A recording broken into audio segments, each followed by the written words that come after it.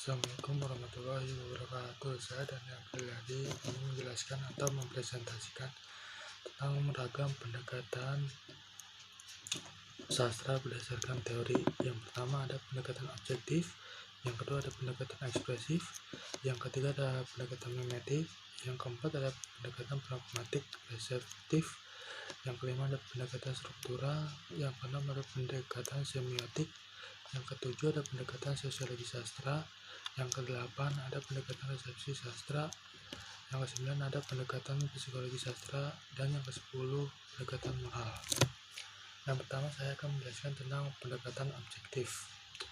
Pendekatan objektif adalah pendekatan yang berdasarkan pada suatu karya sastra secara keseluruhan. Pendekatan yang dilihat dari eksistensi sastra itu sendiri berdasarkan konvensi sastra yang berlaku. Contoh novel Jendela-Jendela karya Fira Basuki. Yang kedua ada pendekatan ekspresif. Pendekatan ini dititik beratkan pada eksistensi pengarang sebagai pencipta karya seni. Sejauh manakah keberhasilan pengarang dalam mengekspresikan ide-idenya, karena itu tinjauan ekspresif lebih bersifat spesifik. Dasar telaahnya adalah keberhasilan pengarang mengemukakan ide-ide yang tinggi, ekspresi emosinya yang meluap, dan bagaimana dia mengkomposisikan semuanya menjadi satu karya yang bernilai tinggi. Contohnya puisi Berdiri Aku karya Amir Hamzah. Yang ketiga ada pendekatan mimetik.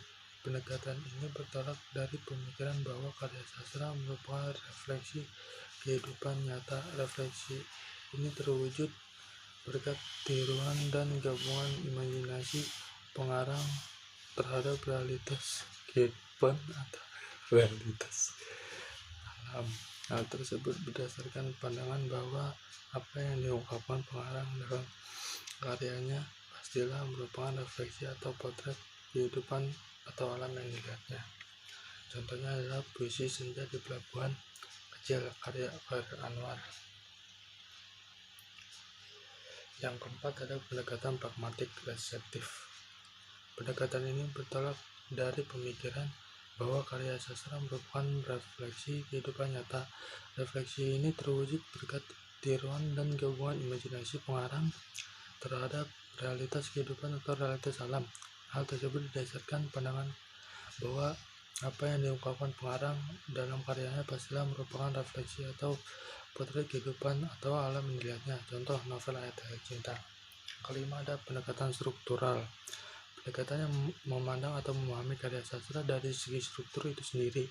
Pendekatan ini memahami karya sastra secara close reading, membaca karya sastra secara tertutup tanpa melihat pengarangnya, realitas, dan pembaca.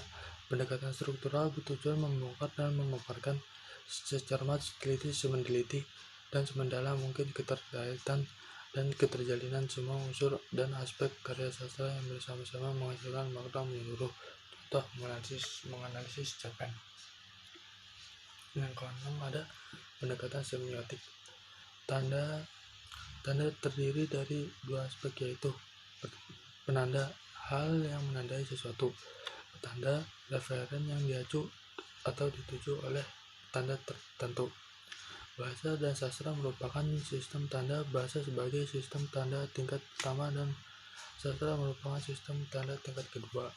Contoh penanda ada bendera putih sebagai menandai orang yang telah menyerah. Pertanda yaitu suara peluit berbunyi tandai sebagai mulai suatu pertandingan. Pendekatan sosiologi sastra merupakan pendekatan yang bertolak dari orientasi kepada semesta, namun bisa juga bertolak dari orientasi kepada pengarang dan pembaca. Karya sastra dilihat hubungannya dengan kenyataan, sejauh mana karya itu mencerminkan kenyataan. Kenyataan di sini mengandung arti yang cukup luas, yakni segala sesuatu yang berada di luar karya sastra yang diacu oleh karya sastra. Contoh novel Perempuan Jogja karya Ahmad Munif. Selanjutnya ada pendekatan resepsi sastra. Pendekatan resepsi sastra yaitu merupakan pendekatan terhadap karya sastra yang terkait dengan realitas sosial. Pendekatan real ekspresif merupakan pendekatan yang memfokuskan perhatian pada pecinta karya sastra. Pendekatan objektif memandang karya sastra terpisah dari segala hal yang berada di luar karya sastra tersebut. Pendekatan pragmatik menekankan pada tanggapan atau penilaian kritis membaca. Contoh, cerpen 1000 Kunang-Kunang di Manhattan, karya Omum Katyam.